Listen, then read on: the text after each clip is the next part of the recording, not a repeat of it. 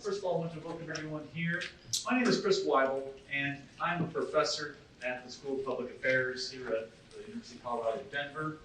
And I also co-direct the Center for Policy and Democracy, which is part of the organization that helps sponsor this event. And, as a center that deals with democracy, there's a lot of different definitions, there's a lot of different ways to think about it, there's of course a lot of values and aspects to it. But one of the most fundamental aspects of it is community.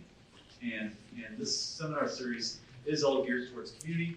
We want to bring people here to talk, to share ideas, to listen, to learn about what's happening in our local area and beyond.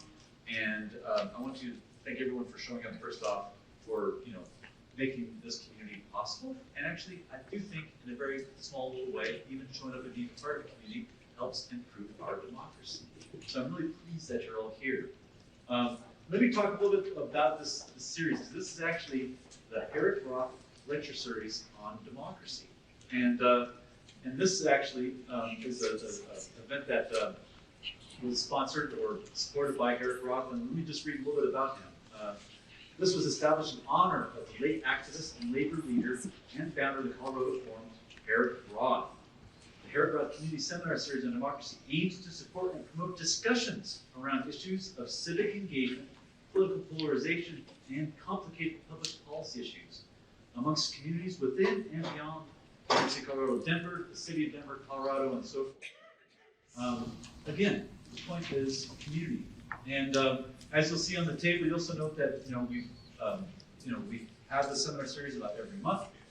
Last month we talked about artificial intelligence. Today we're talking about democracy and the Colorado Constitution, and I'll be passing the mic over to Nancy here in just a little bit. But I do want to put a plug in case someone has to leave early. Next month we'll be talking with Deanne Criswell from FEMA Administrator, and our very own Chancellor Marks will be the facilitator for that. So please show up. We'll have a wonderful discussion. Everyone was calling it basically a fireside chat. And then in December, Senator Bennett will be here. So please show up, because it'll be very interesting to hear his take. And we're going to direct a lot of those discussions on AI, artificial intelligence, with Senator Bennett. Let me kind of get ready to pass this on to Nancy Voltzman. And first of all, I co-direct the center. I kind of help organize this event.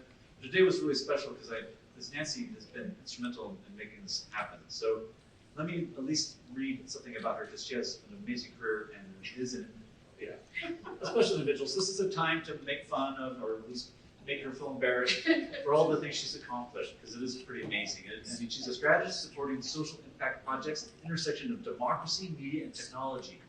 Currently, she is supporting the Brennan Center for Justice and the launch of the State Court Report Project. In 2019, she served as the founding executive director of the Colorado Media Project. She's an award-winning author. She was written for the Washington Monthly, Harper's Magazine, and The Nation. Among her other publications, and she has co-authored, this is things that I'm going to look up actually, is that these are her books, so we should all be Googling this, right, and find them on Amazon. So quote, "Is that a politician in your pocket?" Which just sounds like a great publication. We all want a politician in our pocket. And the Bind of the Congress. So really, we have a lot to thank for Nancy for this whole event.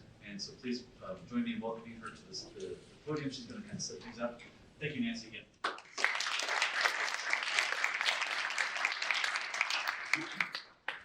Thanks everyone for coming, and thanks to Chris for talking. Yeah, I think some of those books would be hard to find now. So anyway, but thanks for coming to talk about democracy, hear about democracy and the Colorado Constitution. I'm a democracy geek at heart. I'm sure all of you guys are, and it was so exciting to be able to bring the Brennan Center, I'm working with a national organization, and say, oh wait, there are these people in Colorado talking about democracy. You're interested in democracy. Let's talk about democracy together. So I'm really delighted to welcome everyone here. I want to just mention there will be a Q&A. Everybody will be able to ask a question, but if you could, there's no cards in the middle of your table, and I ask you to just write down your question clearly, legibly, if you can, which is a lot. I can't write clearly or legibly. And then I will go around and collect those, and then I actually would like to introduce, we're very delighted to have as our moderator, Chandra Whitfield from Colorado Public Radio, the co-host of Colorado Matters. I'm sure you know her voice. If you don't know her, and come on up, and she's going to be moderating, and so I will be passing over the mic to her.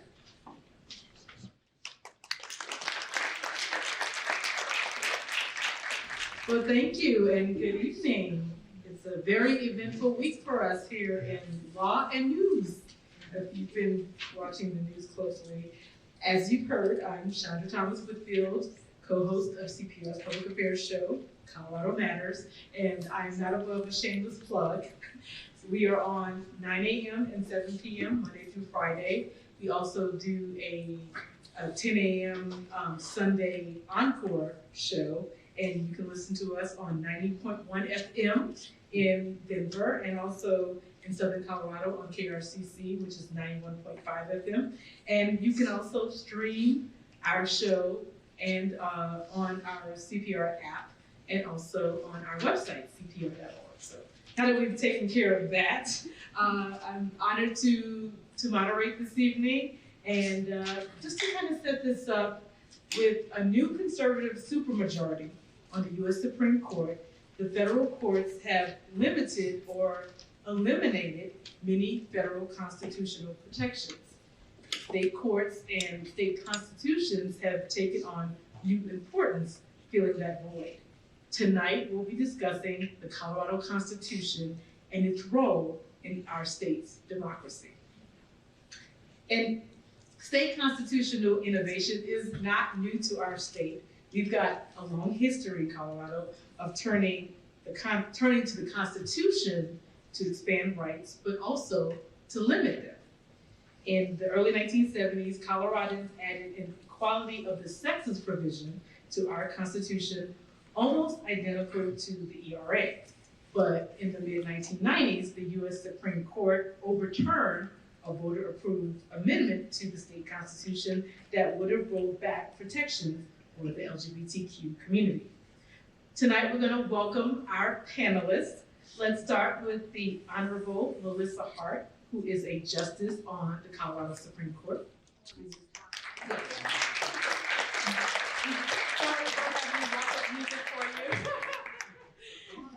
We also have Tom Romero, who is an expert on Colorado's constitutional history and an associate professor at the University of Denver. And our only non-Coloradan is Alicia Bannon, director of the Brennan Center, Judiciary Program, and editor-in-chief of State Court Report. And just to reiterate what Nancy said, we will be taking questions later, so grab those cards at the middle of your table and start thinking of your questions, because we will designate 20 minutes for Q&A. So we're going to start with our justice, and we should note that as a Colorado Supreme Court justice, the Honorable Melissa Hart cannot answer questions about any pending cases before the state Supreme Court. So just be mindful of that. So let's get started. Justice Hart, as a current member of the Colorado Supreme Court, can you speak to how the court recently has approached state constitutional issues? Sure. Oh, I should use Yes. the microphone. Yes, it helps. Thank you very much. I think of my voice is so loud that I don't think of using the microphone. So one of the things that's interesting about state constitutions vis-a-vis the federal constitution is that the states are free to protect constitutional rights differently than the federal constitution does. There are ways in which that can be irrelevant. So an example that I would give is, I think 4 years ago, we heard a case brought by the Rocky Mountain Gun Owners Association about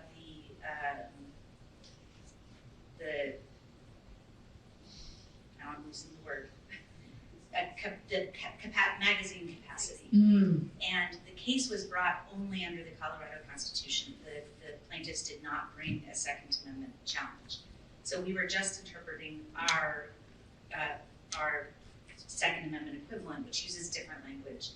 And we said under the Colorado Constitution, a limit on magazine capacity is not a limit on a person's right to carry a gun. And we didn't reach the Second Amendment question because they didn't raise the Second Amendment question. If the US Supreme Court considers this issue and says that the limitation on magazine capacity violates the Second Amendment, the fact that we said it doesn't violate the Colorado Constitution will become irrelevant, because since it violates the federal Constitution, it's illegal in Colorado. So there's the federal Constitution always carries precedence. We can't put limitations on we can't put limitations on that the federal Constitution doesn't. But we can protect more than the federal Constitution does.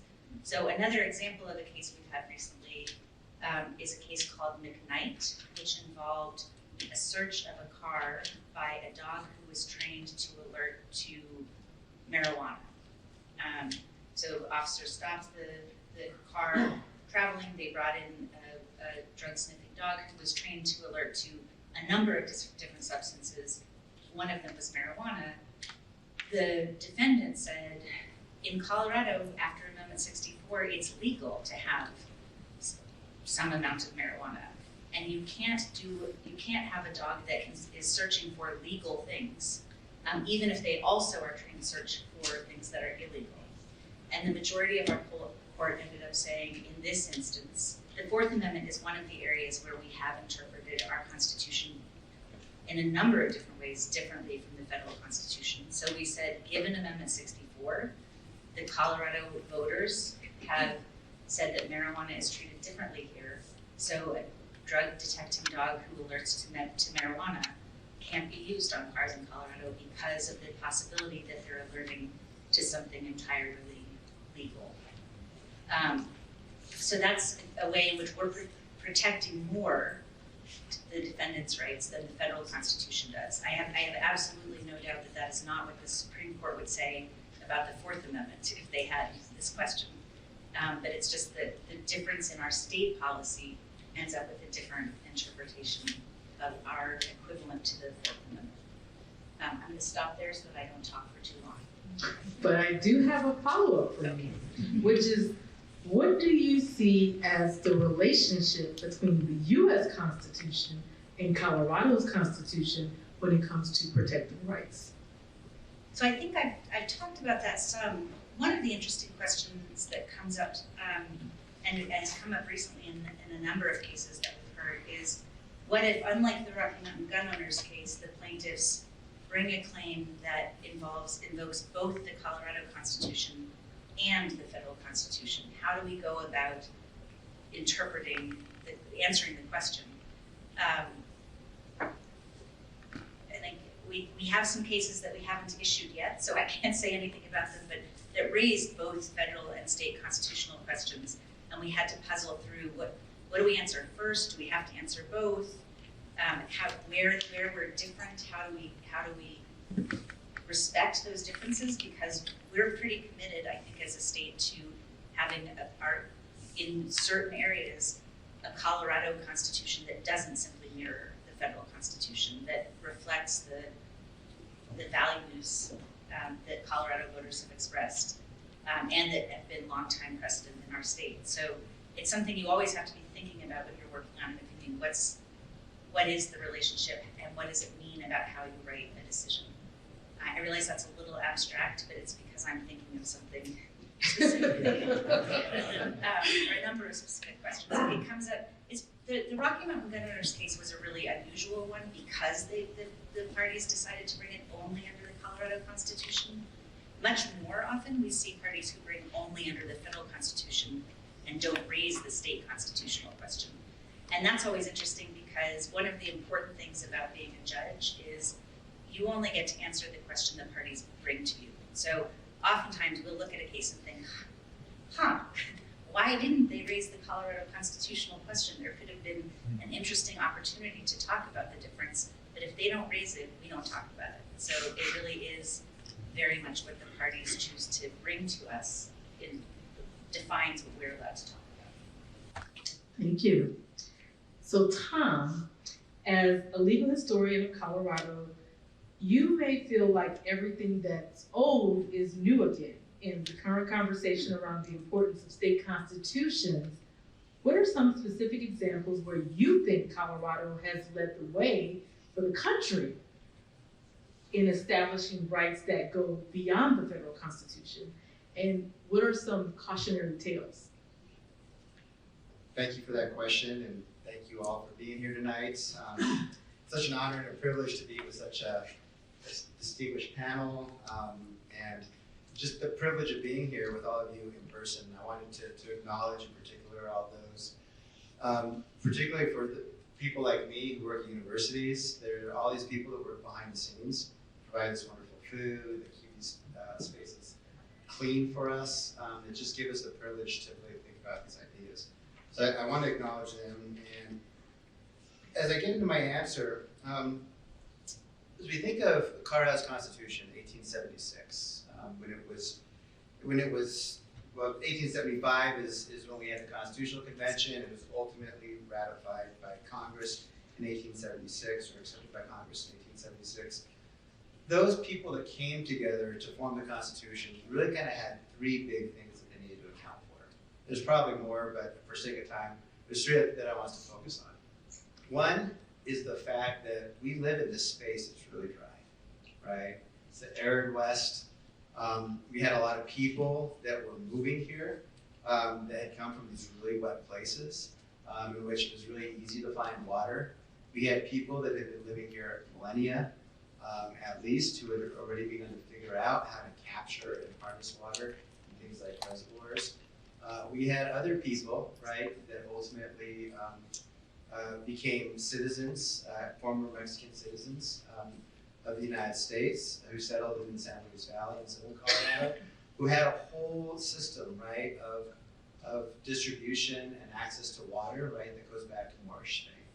And so we had to account for that. And then sort of tied to that second piece was we also had to account for the fact that we had this incredibly diverse, multicultural, multiracial, multilingual population, right?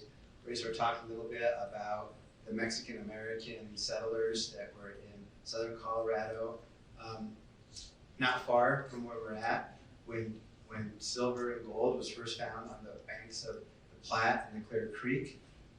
It brought all of these people from places like Germany, right, to this particular space. And they didn't speak a lick of English, right? They spoke German. So we need to account for that. And finally, and I think this is true as sort of as a general sort of proposition about state constitutions, but particularly state constitutions in the American West, we needed to amplify a distinct fervor for direct democracy, right? So we're talking about the fact that many people moving into these spaces didn't own real property, right? They were mainly transient, right? They were wage laborers in jobs like mining and railroads, right? So they were very in tune to things like corporate monopoly. And so these are kind of three really interesting and important influences, right, in our history as Colorado and our state constitution. So what are the responses to each of these? Well, first, and this is something that's near and dear to my heart, something I teach at the College of Law at the University of Denver, is Article 16. So as a law professor, and we do this in constitutional law, and I remember this from my constitutional law class, whenever we would make an argument, I had a law professor who would pull out his pocket constitution, right? And there actually, Westlaw passes these out to first-year law students, the U.S. Constitution, and would say, counselor, where in the Constitution is that argument, right? So I wish I could pull out my Colorado State Constitution, and maybe this is a plea for the Brennan Center to make pocket state constitutions available. But Article 16, right, is the clause that we have in our state constitution, which really provides for this thing called the doctrine of prior appropriation. And it really comes out of mining courts, right? Mining courts that existed in places like California, sort of like places in Colorado, that understood that why did people need access to water? Well, twofold here. One, the only way you can have access to water outside of Colorado, on the other side, the eastern side of Mississippi, is if you own real property, right? right? So the biggest innovation of Article 16 is it severs, right, the opportunity to acquire water right as being different and distinct from having to own real property. And in fact, in that sense, water becomes a very durable and powerful water right here in Colorado and in much of the area west. That doctrine, doctrine of prior appropriation, comes to be known as the Colorado Doctrine, and is something that not only sort of gets embedded in state constitutions and jurisprudence, very Western state, but it's also influenced some of the larger sort of constitutional questions that exist in places like Western Australia, as an example. Can I obnoxiously interrupt you? Absolutely. Just as people are often surprised to learn that there are only a few things that my court has original appellate jurisdiction over, and water is one of them. And it's precisely because of this, because it's sufficiently important to our state that we just say we're going to, any lower court decision, water court decision comes directly to the Supreme Court resolution. So Justice Hart and her colleagues are all water experts. Working on it. The second sort of response, right, in particular to how to integrate a multiracial, multicultural, multilingual society is found in a couple different places. The Article 2s, the Constitution's Article 2's Bill of Rights, which provide for property rights of non-U.S. citizens. And of course, we already heard about ultimately the equality of the sexes provision. Article 9, which is our Education Clause, which provides for the establishment and maintenance of a thorough and uniform system of education, right, that would be available to all between the ages of 6 and 21, regardless of race and color, right? And that's built into our Constitution. Article 18 provided that all public acts, including the Constitution, be printed not only in English, but in Spanish and German until 1900, right? So a very, very powerful sort of provision of the Constitution. The third response revolves around populism, right? It's largely true, as I mentioned, that in the West, there's these ideas, right? There's a sense of independence, right? I'm a legal historian. I was trained to know about this thing called, sort of frontier thesis. That self-determination was forged in places like Colorado and Nevada and Utah and California, right? That's where our sort of principles of democracy were actually captured. And so this sense of independence and sort of this idea of really direct democracy became embedded in not only our Constitution, but in our constitutional practices. Colorado is one of only 20 states that still has its original Constitution. Since 1876, however, the Constitution has been amended more than 150 times. So think about that in relation to the federal Constitution, right, as an additional matter.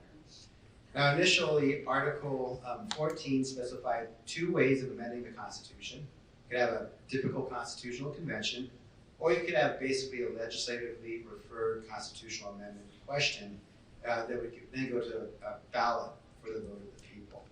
That changed pretty dramatically in the early 1900s, when a group called the Direct Legislation League and others who thought the state legislature was basically in the pocket of corporations, right, of industrialists, including those representing railroads and timber. They basically changed the state constitution, right, and passed state law to create a ballot initiative process to basically allow those citizens, right, to basically bring either a legislative ballot straight to the voters or an amendment to the state constitution straight to the voters. As you can imagine, this created this made it very easy, right, to change the state constitution.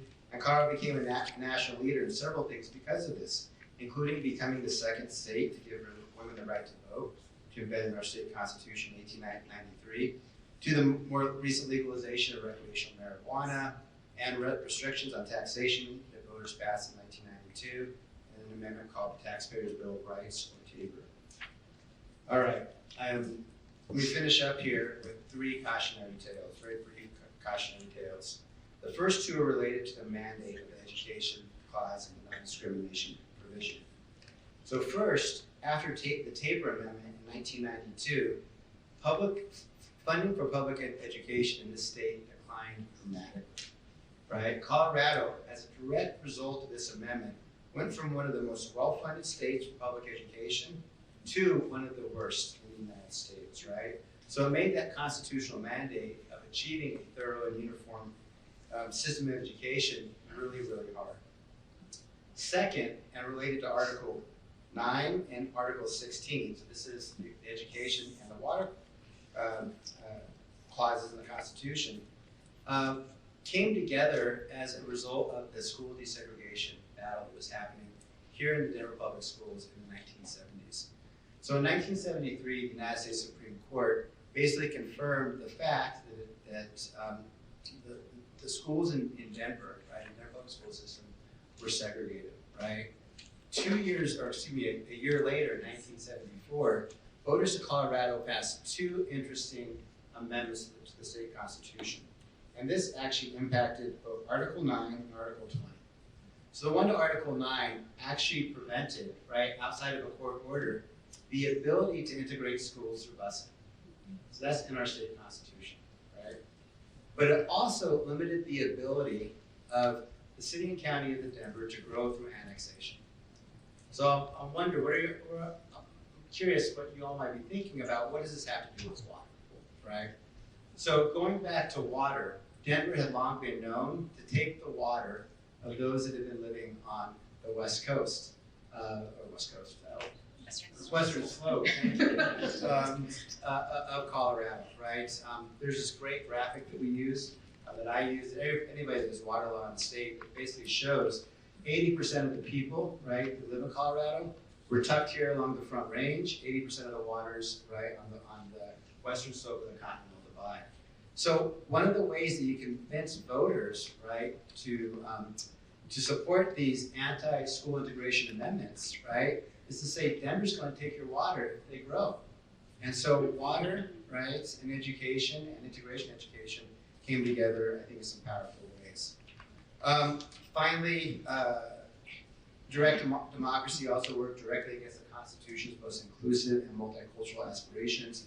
In 1988, Colorado voters added Section 30 to Article 2, making English the official language of the state of Colorado. In 1992, this has been mentioned, Colorado voters added Section 30B to Article 2 that stripped away any civil rights, right, for the LGBTQ community.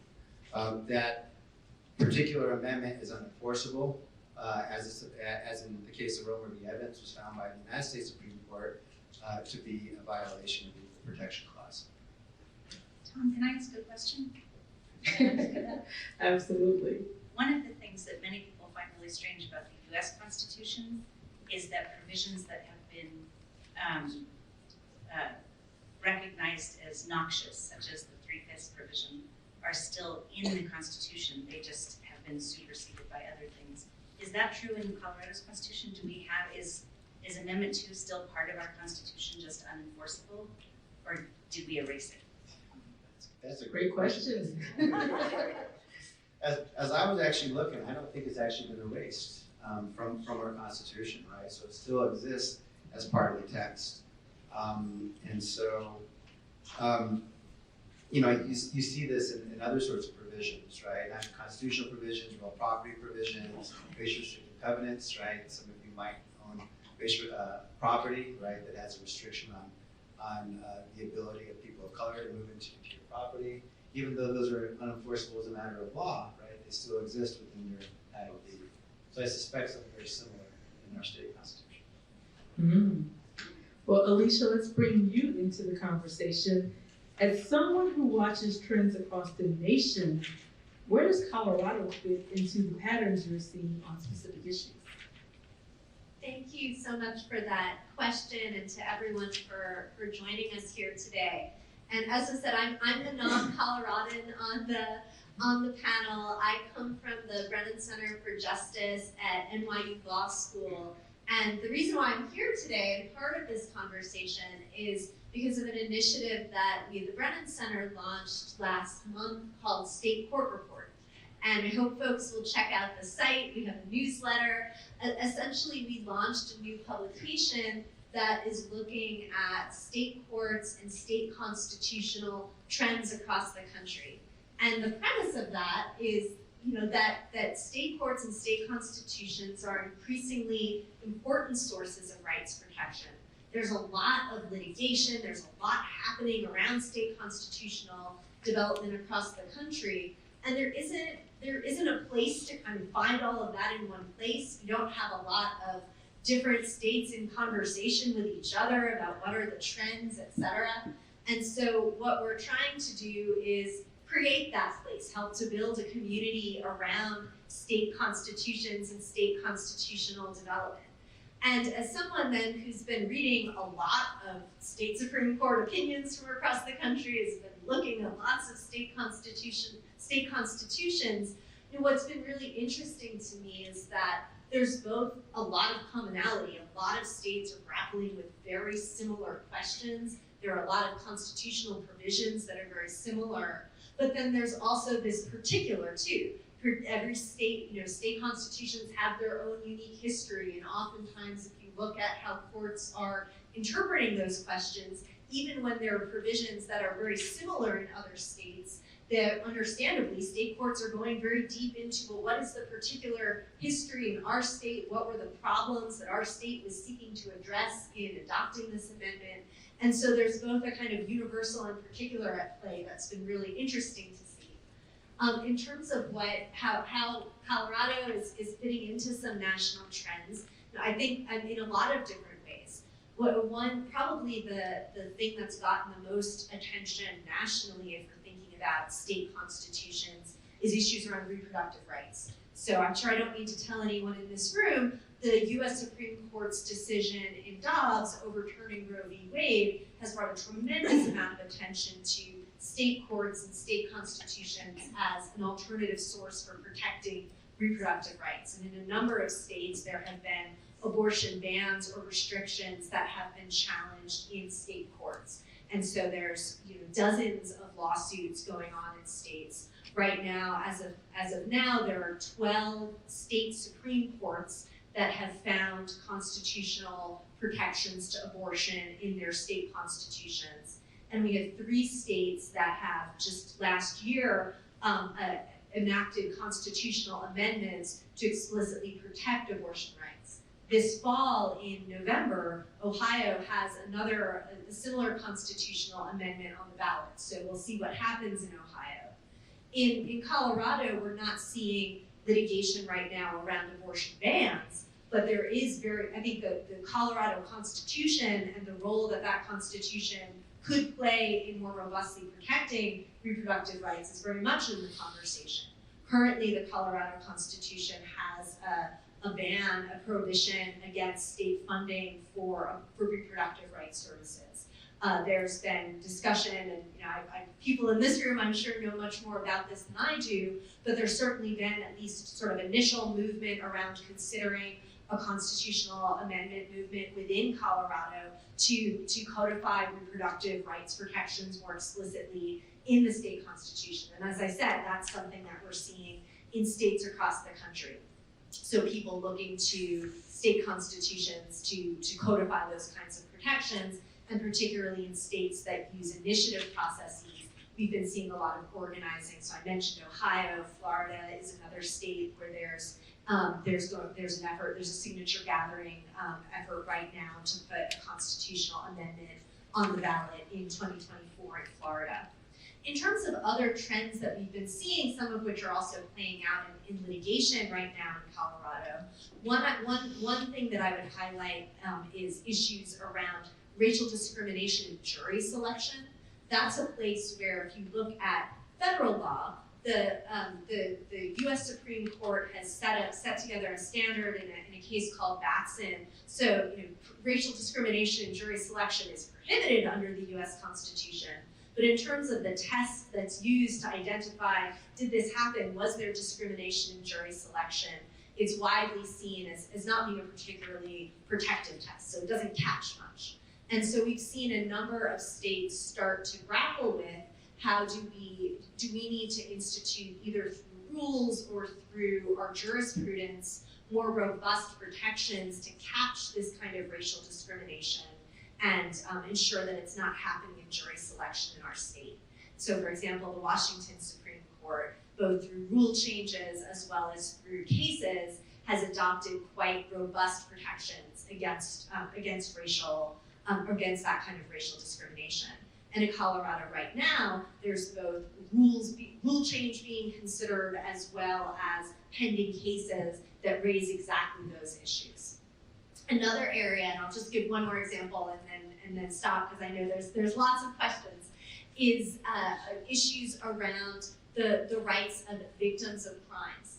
That's something where 37 states have some kind of victim rights amendment as part of their state constitution. And we've seen a lot of litigation around the scope of those victim rights protections, and particularly how the tensions that sometimes exist between protecting those victims' rights and protecting rights of criminal defendants. And so that's something where there's been recent cases in Colorado, for example, a case involving where the Colorado Supreme Court held that a crime victim who was attending a preliminary hearing couldn't be required to testify without a subpoena in that hearing. So sort of giving some meat to the victim's rights protection in the state constitution.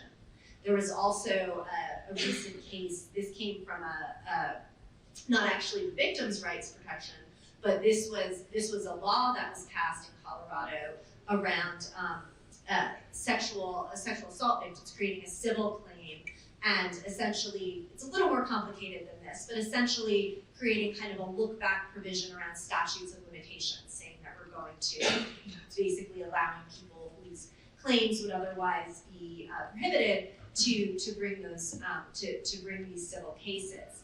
Ex post facto under the federal constitution only applies in the context of criminal cases, but under the Colorado Constitution, there's a provision that prohibits retroactive legislation, and that applies to civil cases as well. So recently, the Colorado Supreme Court struck down that provision as violating that prohibition against retroactive legislation. So that's another way that kind of the rights of victims has been playing out as a state constitutional issue. And as I said, there's lots of other examples. There's a lot happening in the democracy space, for example. There's a lot happening in the environmental space. A lot of places where federal courts have really been inhospitable venues and have often been closing the door to the protection of rights. Those are all places where increasingly people are looking to state courts and state constitutions and testing those claims, testing provisions, both unique provisions to their state constitutions as well as analogs, because as Justice Hart said, a state court can interpret similar or even identical state constitutional provisions differently than how the US Supreme Court interprets the US Constitution. Thank you. Back to Justice Hart. One of the differences between Colorado's court system and the federal system is how judges are selected. Can you explain Colorado's system? Yes. Can I first ask for a show of hands? How many people in the room? Oh, sorry. How many people in the room know how judges are selected in Colorado? Not as many as one might hope. So yeah. Listen to CPR. We covered it. Shameless plug for CPR. Yes. So we have what's known variously as the Missouri plan, because Missouri was the first state to adopt it, or the merit selection system, because it does try to move the focus away from both politics and patronage to a focus on the qualifications of the judge for office. And we've had this for about a little over 50 years, but before the 60s, we had an elected judge system, which is what a majority of states still have in some version or another. But now when there's a vacancy on a court, anyone can apply. There are some minimum qualifications. I think you have to have been, for most courts, you have to be a lawyer, although we have an interesting system where in some counties, county court judges don't have to be lawyers, rural and frontier counties. You mostly have to have been a lawyer for 5 years, but after that, anyone can apply. And we have nominating commissions, which are made up of, I'll talk about the district courts. The statewide, the appellate system is a little bit different. It's the same in function, the numbers are just different. But in the district court commissions, you have 4 non-lawyers and 3 lawyers on each commission. The idea there is to keep it from being too inside baseball for the legal community. The truth is, people who aren't lawyers are at least as affected by the legal system as people who are lawyers. So it's important that it not become sort of a legal cabal. They're supposed to have no more than a majority +1 of any political party, and really, I think aspirationally, never a majority of any political party. And so that's supposed to keep the politics out of it, make sure that you have someone who can get the support of people across the political spectrum. And then the people on the district nominating commissions have to live in their district, obviously, or not obviously, but in fact. The nominating commission accepts applications, they review the applications. Each of the associate justices, so everyone except the chief justice, we take turns rotating as ex officio chairs for the nominating commissions. So you can go, I was actually the ex officio chair for the 2nd Judicial District, which is Denver, yesterday, and I'll be the ex officio chair for a Gilpin County position in about 3 weeks. And so it's just sort of when your name comes up in the wheel again, you go all over the state, which is actually one of the really interesting parts of our job, because we get to see how these nominating commissions work. So we get to see the kinds of questions they ask, the values they're looking at, things they care about. The nominating commission will interview a certain number of candidates and then has to choose typically 3 names. With county court judges, they can choose 2 names, and sends those names to the governor. And the governor has to choose one of them. If the governor doesn't choose one of them, if the governor says, but my best friend who I wanted to make it through the commission isn't on here, so I want to send it back, that's not an option. If the governor doesn't choose within 15 days, then the Chief Justice of the Colorado Supreme Court makes a pick out of those 3 names. So that's never happened, by the way.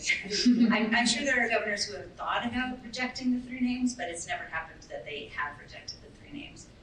So what I like about it is I think it really does try to find a way to take politics out of it as much as possible. Not just politics, but really frankly money. If you think about the federal system, the people who can make it into the appointment process tend to be people who are politically powerful, influential within the legal community, have connections with the people who have connections with the president or the senators. So it doesn't get a very diverse group of people in any way that we might think about diversity. And so we try to take that out, and then again to make it as merit focused as possible. We then have a performance commission for each of the judicial districts, and the performance commission evaluates judges. That's always complicated. It's really hard to figure out how to evaluate judges, but they are very creative about reading opinions, visiting the courtroom to watch judges in action. There are surveys of lawyers and parties who appear in front of the judges, surveys of judges who have knowledge of the other judges' opinions. So, for example, on the Supreme Court, we end up being asked to survey every judge in Colorado because theoretically, and I think in fact, we end up seeing some work from every judge in Colorado. Now, we have the option to say, I don't have enough information to answer this question, which is the responsible thing to do when you don't have enough information to answer the question. So I think we do a lot of that, but they really try to take as much feedback as possible and provide a performance evaluation. And then we stand for retention elections. So after you've been appointed, there's a probationary period of it's 2 elections after you were appointed, so it can be as much as almost 3 years. But it's 2 elections after you were appointed, you'll be on the ballot. If our system worked ideally, every voter would go look in the blue book where there is, where our performance evaluations are included, and every voter would make a decision based on that rather than based on other things. That's obviously not what happens. There are some people people vote yes on everyone, some people vote no on everyone, some people leave it blank because they don't know. But I'm given some hope by the fact that in the past couple of election cycles, the couple of judges who chose to stand for retention, even though they got a do not meet performance standards evaluation, were in fact not retained, which does suggest that voters are looking at the Blue Book or somehow getting that information. So that system, the combination of nominating performance commissions and then the retention election is designed to make sure that we are accountable, that we have good judges on the bench who are doing their jobs well, but again, pulling as much as possible the politics out of the system. Tom, can you walk us through how Colorado's Constitution can be amended, and how is it different than the U.S. Constitution? I'll definitely take that first one. I'll do my best and I'll do the second one. Kind of beyond what we've talked about, but I think kind of begin some background, right? So I mentioned in 1910, right, Colorado voters changed our constitution and they gave our citizens in the state two really important powers. The first was the referendum, right? And this really allows citizens a direct say on legislation. The legislature passes through the General Assembly, and basically through a process of gathering signatures on a petition to place that legislation on the ballot for voters to approve or reject. So we have this referendum process, but the more significant power is the second one called the initiative. And this allows citizens to petition to place measures on the ballot that would either enact either a new statute or a constitutional amendment. So citizen-initiated statutes, like other laws, could later be changed like the General Assembly in the normal course of legislation, but a constitutional change, a constitutional amendment, could not, right? So in 1912, that was the first year that this initiative option was available. There were 32 ballot initiatives, and the use of the ballot initiative to amend the state constitution peaked in that decade. So we had a lot of changes in our constitution between basically in the 19-teens and into the 1920s. And then it was only used sporadically until a huge uptick beginning in the 1980s and continuing until the present day. So the mechanics are pretty simple. Any person interested in placing a constitutional amendment or a statutory proposition on the statewide ballot must first draft the measure's initial language, which I think is one of the biggest challenges.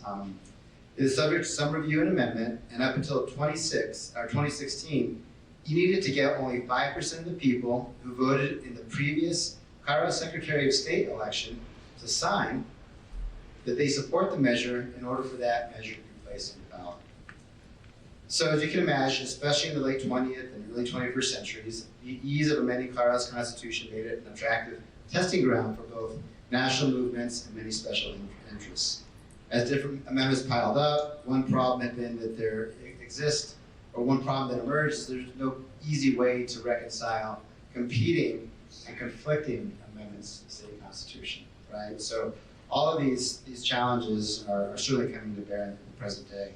One of the responses to that is that in 2016, our voters approved Amendment 71, which is known as the Raise the Bar Initiative. And basically what that did is it changed the number of signatures, the percentage of signatures that you needed to get from that 5% in the previous Secretary of State election to 2% of registered voters in each of the state's 35 Senate districts. So that's kind of the basic mechanics, right?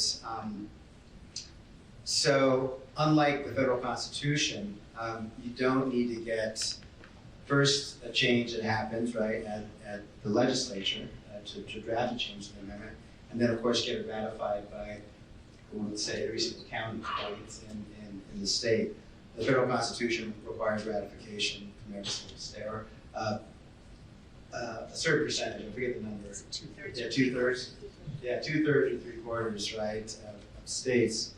Alicia can speak to that, but in order to change the federal constitution. So ours here is still fairly easy, but it's one that has been really interesting, as it's required, in a sense, to have a footprint in every county, right, if you want to change the constitution. Justice Hart, what would you say are the consequences of making it easier or harder to amend the state constitution?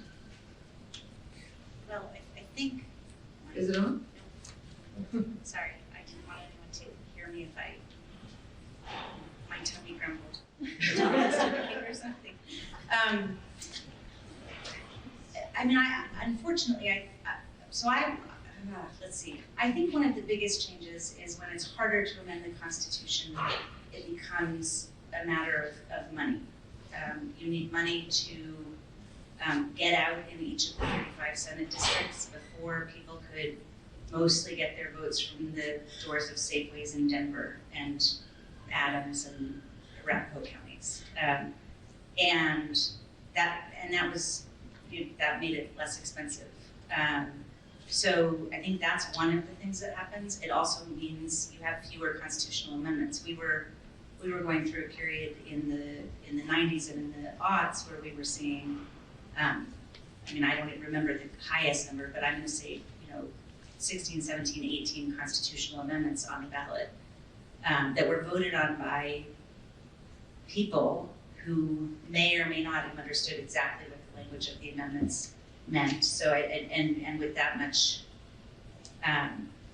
material, I think in some years Denver's ballot was as much as 10 pages, which is daunting for people living in Denver. So there are reasons that people supported shrinking the number of constitutional amendments, but it definitely does make it a money game. And one of the interesting things, as I think people have gotten more sophisticated about doing this, is one of the things that my court does is that anything that is passed through the title board, either rejected or accepted at the title board, which is the one Tom mentioned, the idea that you have to draft the language and get it approved to get on the ballot. So you go to this title board, which has a member from the AG's office, a member from the Legislative Legal Counsel, and a member from the Secretary of State's office that considers challenges to the title.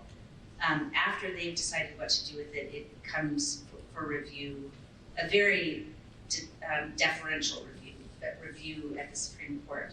And what we're seeing now, very standard, is people who are running measures will propose 6, 7, 8, 9, 12, 14, propose different kinds of language. So for example, you may remember voting on whether there should be liquor or wine in grocery stores, which we voted on last election, I think. We saw, I don't remember the exact number and I didn't go back and look it up, but we saw language that was, should there be wine in grocery stores and delivery to homes, which is I think what was ultimately on the ballot. Should there be wine in grocery stores? Should there be delivery to homes? Should there be wine in grocery stores and restaurants can have a delivery to homes, but not through third-party vendors? Should there be, it was tons and tons and tons of possibilities, all of which the only question we're answering and the title board is answering is this a single subject?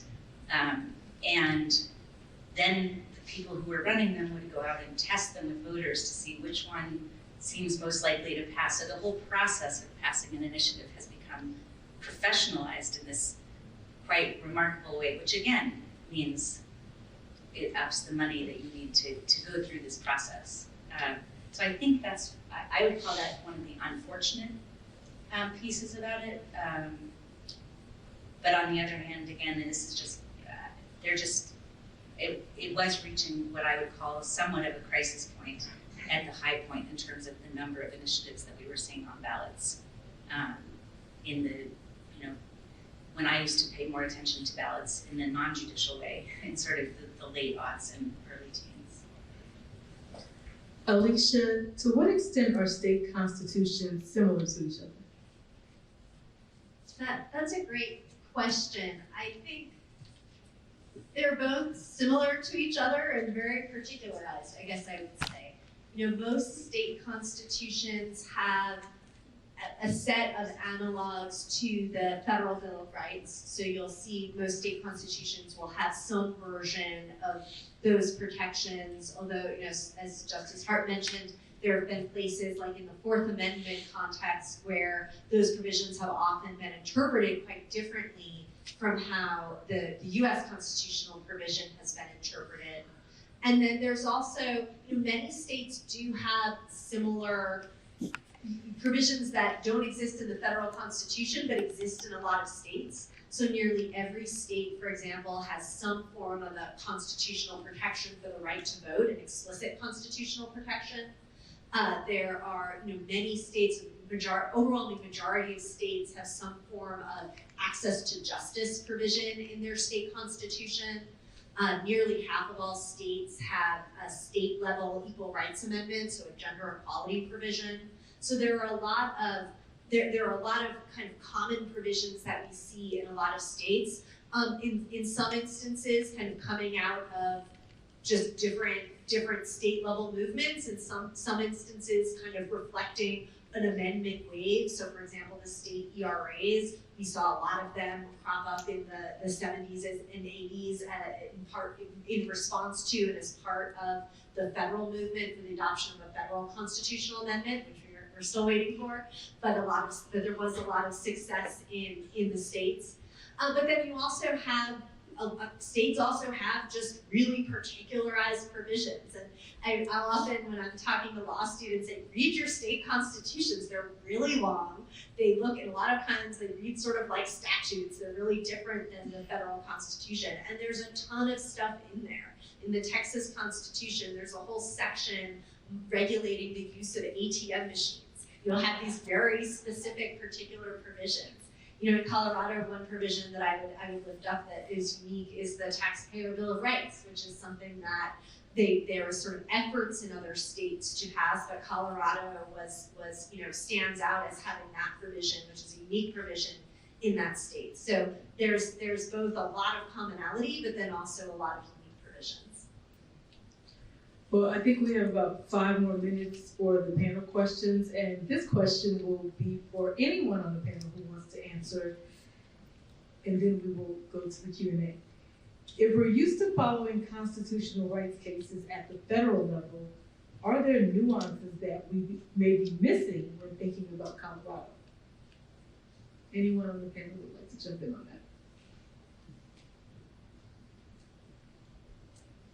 that? Not all at once.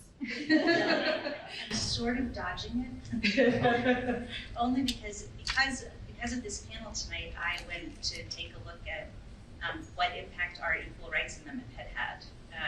Because on a quick search, I did a very quick search and couldn't find any cases that were particularly focused on the Equal Rights Amendment. I then had my law clerks do a more thorough search and did find that in fact we've had some cases that really pretty likely wouldn't have been covered by any federal constitutional provision, but that did impact the law here in Colorado. So one that I thought was really interesting, this is from 1992, which is the most recent one that seems to have any significant substance. Colorado's ERA has been found to have clearly established the separateness of spouses. I think all over the country we've abandoned the idea that women are the property of their husband for the most part. But this idea of the separateness of spouses, in this case, it was found that a Board of Education could prohibit a member of the Board of Education from becoming a teacher in the district because that would be a conflict of interest, but could not prohibit the spouse of a member of the Board of Education from becoming a teacher because, again, the Equal Rights Amendment means you are separate from your spouse, you have a separate identity, so that conflict can't be directly attributed. I thought that was a really interesting one. And then the other one that I thought was interesting, this is from 1980, so from pretty early on in the interpretation of our Equal Rights Amendment, is a case in which there was a paternity statute which excluded unmarried men from claiming to be a child's natural father. So if we have a presumption of fatherhood when there's a couple that's married, that the father is the person who's married to the mother, and we didn't use by statute, we didn't used to allow someone else to come in and say, I actually claim paternity of that child. And the Colorado Supreme Court in that case said the father has an equal right to claim paternity as the mother would have to claim parental rights. And so that statute is unconstitutional. And again, as I thought about it, I couldn't think of any way that that could be reached by anything in the federal constitution. So it shows that those particular provisions can have their own unique impact that I thought was interesting. That's such an interesting set of examples. As you were talking, one thing that I've started to think about, which isn't Colorado specific, but looking at some of the reproductive rights litigation that we've seen in states across the country recently, where people have been turning to state constitutional provisions and looking how some of those have been litigated. And what's really striking is that in many of those states, they're really not Roe v. Wade 2.0. They're often grounded in different legal theories. So for example, in a number of states that have found state constitutional protections, they've been grounded in equal protection theories, or even in one state, New Mexico, in a state ERA. So equality-based bases for thinking about reproductive rights, which is really different than how the federal framework developed in Roe and the aftermath. And so I think one thing that I would say for people who have been focused on federal litigation and sort of thinking of those federal frameworks is it's really important to sort of step back and think about, you know, the provisions in front of you and what frameworks might make sense for the particularities of your state. And then also, and this goes to something Justice Hart was talking about earlier, there are often, many states at least, have a whole set of doctrines about the relationship between interpreting your state constitution and the federal constitution. And you know, some states have very strict rules about which provisions do you look at first, or when do you lockstep with the federal constitution, and when don't you? And in other states, it's much more ad hoc, or it depends on the issue, or they really haven't set out clear standards. So just the importance of really digging into exactly the frameworks that exist in any particular state is something that comes up a lot if you look at how these questions have been addressed in different states.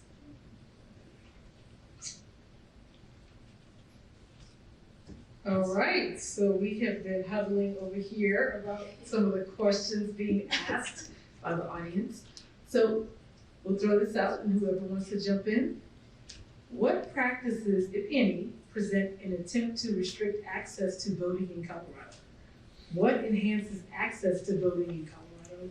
And how does this impact democracy in Colorado? Anyone?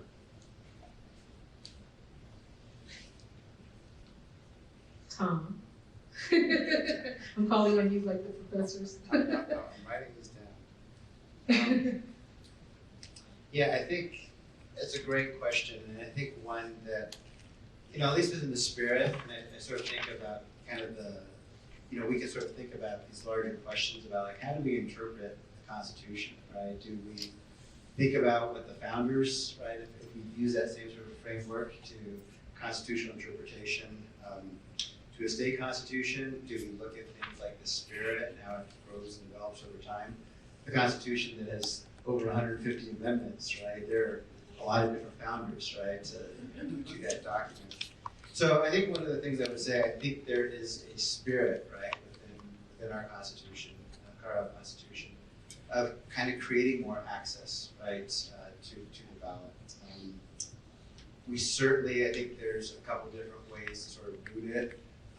One is connected to, you know, Colorado coming into being as a state in 1876, right? So it's 11 years after the end of the Civil War, right? It's after passage of the 13th, 14th, 15th Amendments to the United States Constitution. Colorado was one of the first states, right, to sort of really think about how this new American democracy, right, that is moving forward, right, with in this kind of new state post the Civil War, right, could potentially be, you know, more inclusive, right. So I think there is the spirit. I think some of the direct democracy provisions, you know, are certainly in place. You know, I think there are all sorts of breakdowns, you know, that sort of, you know, impact that, from influence to what can now get on the ballots, to, you know, I guess what I would say is, you know, attempts to sort of figure out like who is part of the validity in the state, which can be tied to where people are living, their home ownership, their leases. I think one of the biggest challenges, and this is certainly not sort of unique to Colorado, right, is how in what ways we provide access to the unhoused, as an example. I think generally speaking, as a way to kind of start us off in that question, kind of gives us kind of that larger spirit. You want to answer that? I want to avoid being political, so I'm Carefully selecting your words. But I would say, I think whether it's good or bad, I'm not being political. Whether it's good or bad, we are one of the states in the country that has made access to the ballot as accessible as possible. That's legislative change, not constitutional change, but we have, the all-mail system. We have made it clear that people who are in jail, meaning they have not in jail awaiting a conviction, can vote. If you have not been convicted, you are absolutely part of the voting population. And we've also made it clear that once you have completed your whatever time you're expected to serve because of anything you've been found guilty of, you regain your right to vote. So there are a lot of other states that don't do those things. So I think that we have been sort of to agree with Tom. Overall, our approach to democracy and to voting, both with the direct democracy of the ballot initiative and with individual rights to vote, has been an expansive approach, not a diminishing approach. One other example I would add is the adoption of an independent redistricting commission in Colorado. Again, thinking about the relationship between the U.S. Supreme Court and U.S. Supreme Court decisions and the states. A few years ago, in a case called Rucho v. Common Cause, the U.S. Supreme Court ruled that that you could not bring a U.S. constitutional challenge to partisan gerrymandering, that those cases were not justiciable under the U.S. Constitution, but said that you can look to state law and state constitutions and state statutory provisions. Those could potentially offer protections that the U.S. Constitution lacks, or at least is not protected by courts, by federal courts.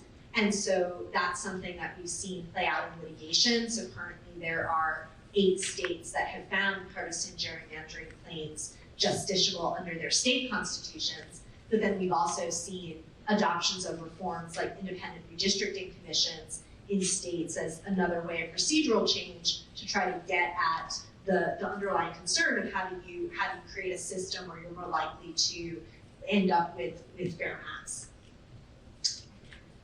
Here's a question for Alicia. What are your thoughts about rifts developing between those states protecting citizens' civil rights and those stripping its citizens of those same rights? So what is the relation? What are your thoughts about, and what are your concerns, if any, about rifts developing between those states protecting citizens' civil rights and those stripping its citizens of those same rights?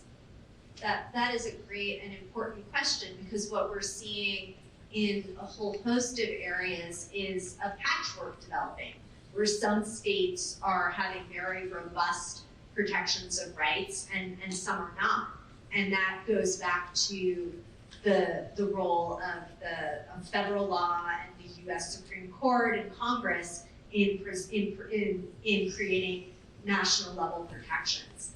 And I think that's a really important thing to hold on to as we're talking about the role of states. I think state courts, state constitutions are critically important sources of rights protection, but they can't replace a federal baseline.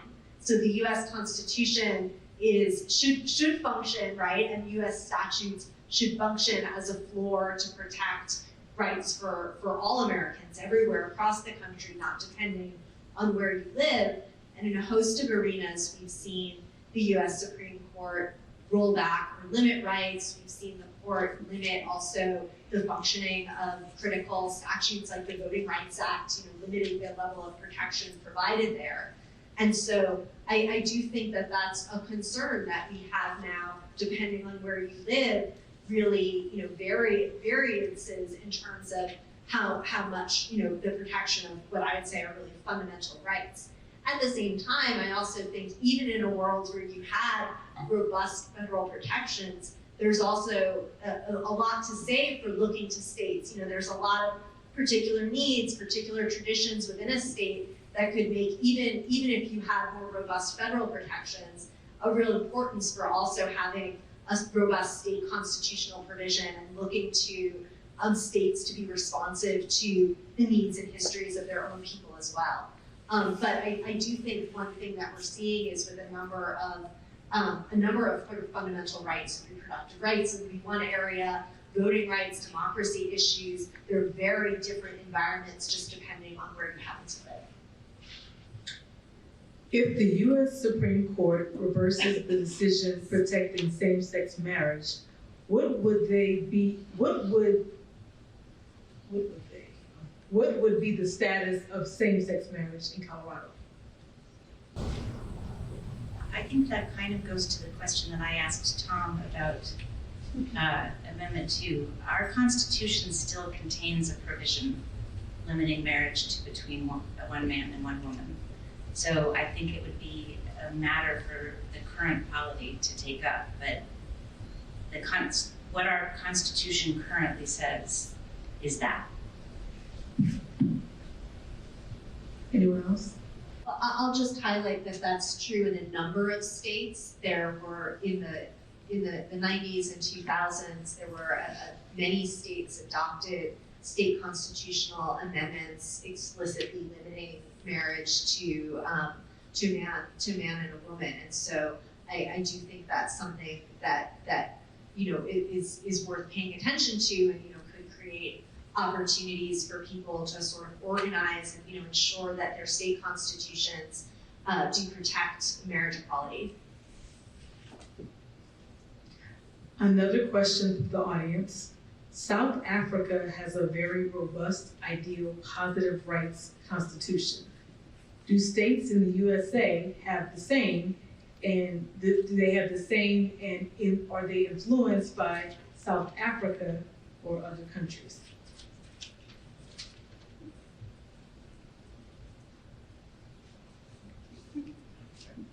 Well, I'll say that one of the ways that state constitutions differ from the U.S. Constitution is that typically they do have more affirmative rights than exist in the U.S. Constitution, which is generally just government, you can't do X, Y, and Z, but not affirmatively saying government, you have to provide certain protections. And so that is something where state constitutions do really differ, and there are opportunities to assert positive obligations.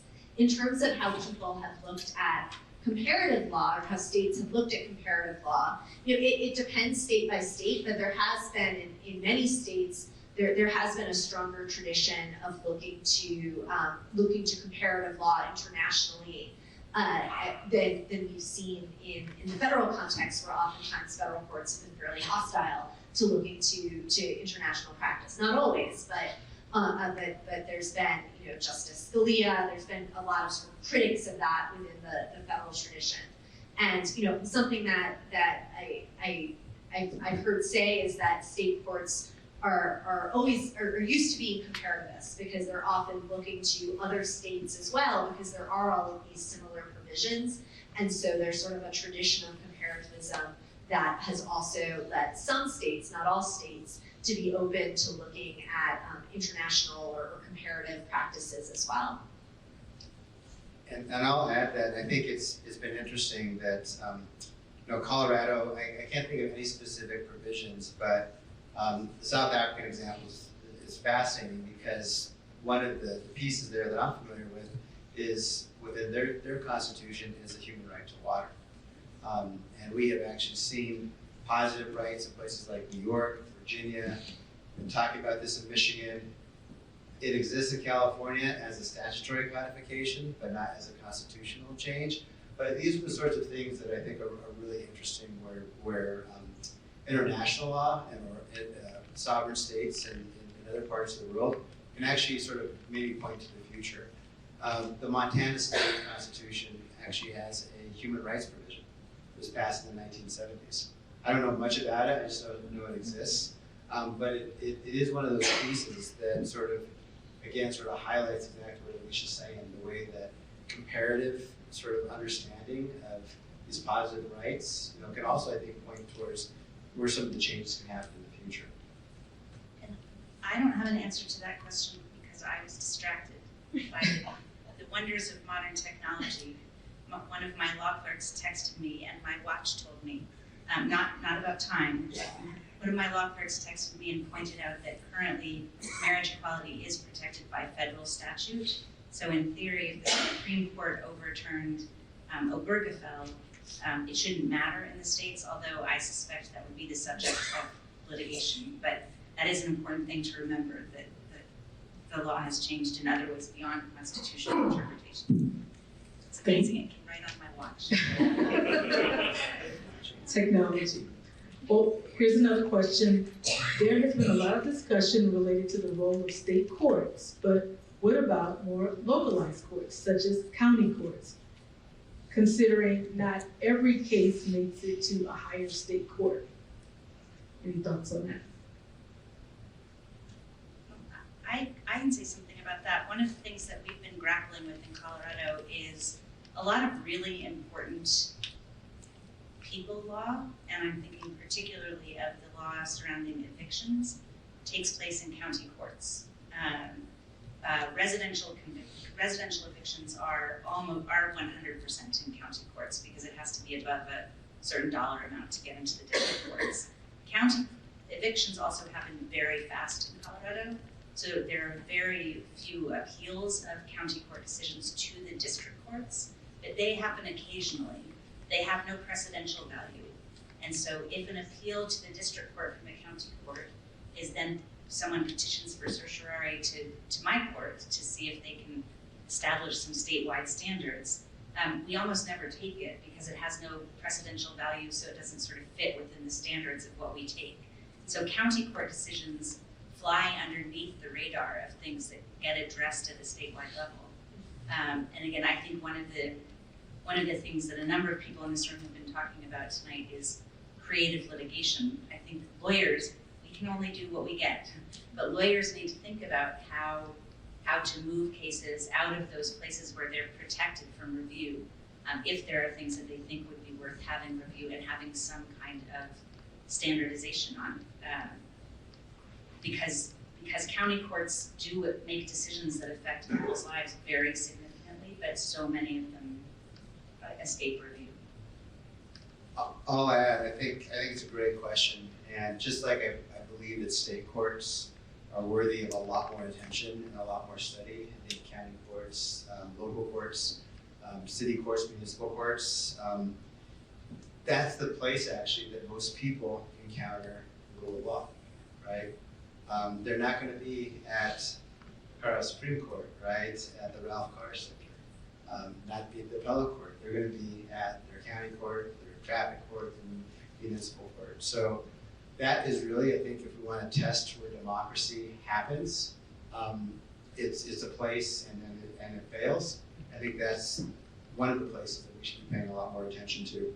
I also want to point out too, and I think just the same ways that our federal constitution creates sort of really interesting questions about sovereignty and rights between federal government and state government. State constitutions do the same thing, right?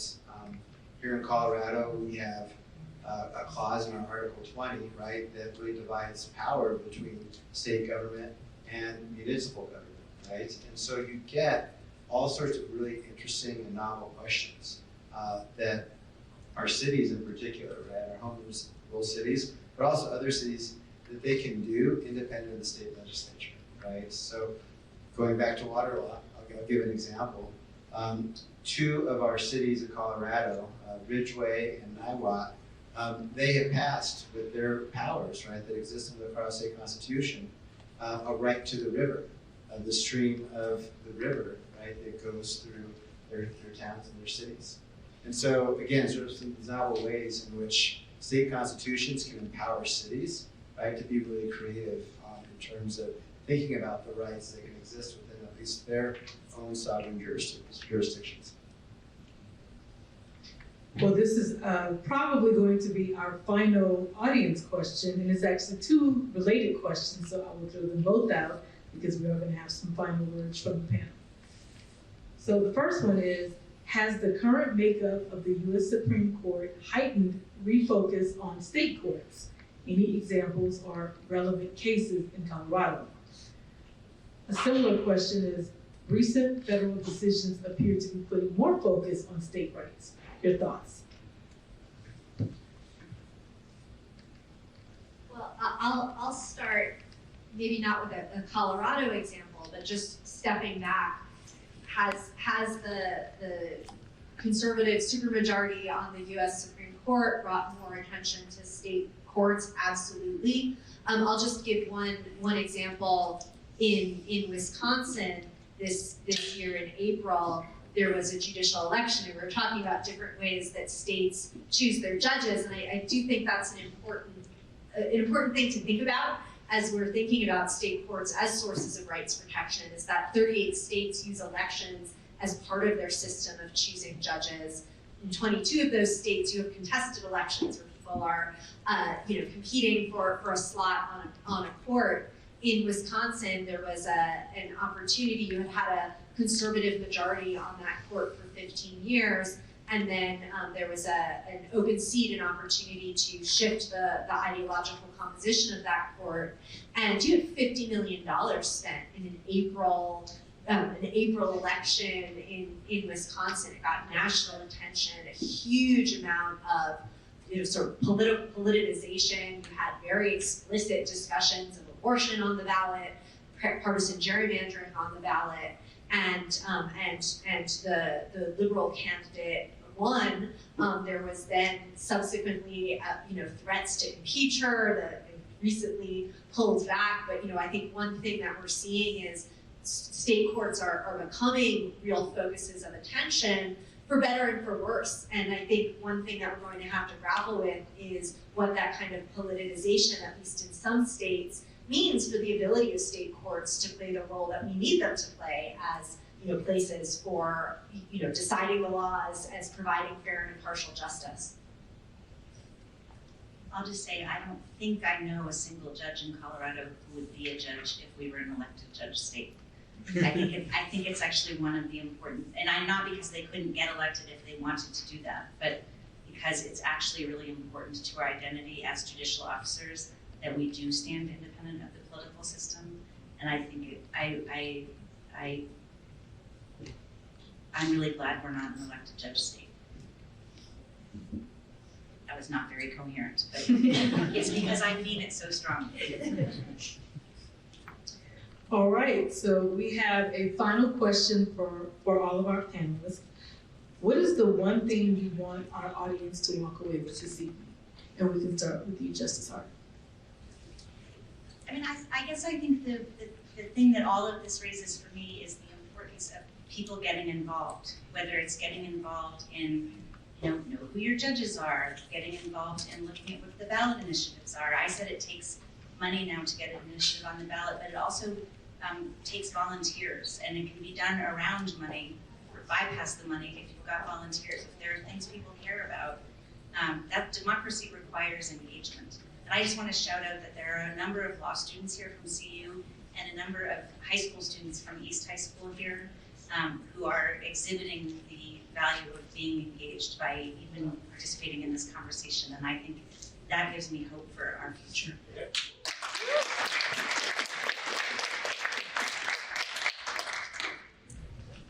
It's hard to follow up on. So I think what I would hope you all do, and this is just, of course, built in my DNA, it's why I do what I do, but I do think as we think about the larger arc of the history and development of the Colorado State Constitution, it was rooted in a very particular place, right?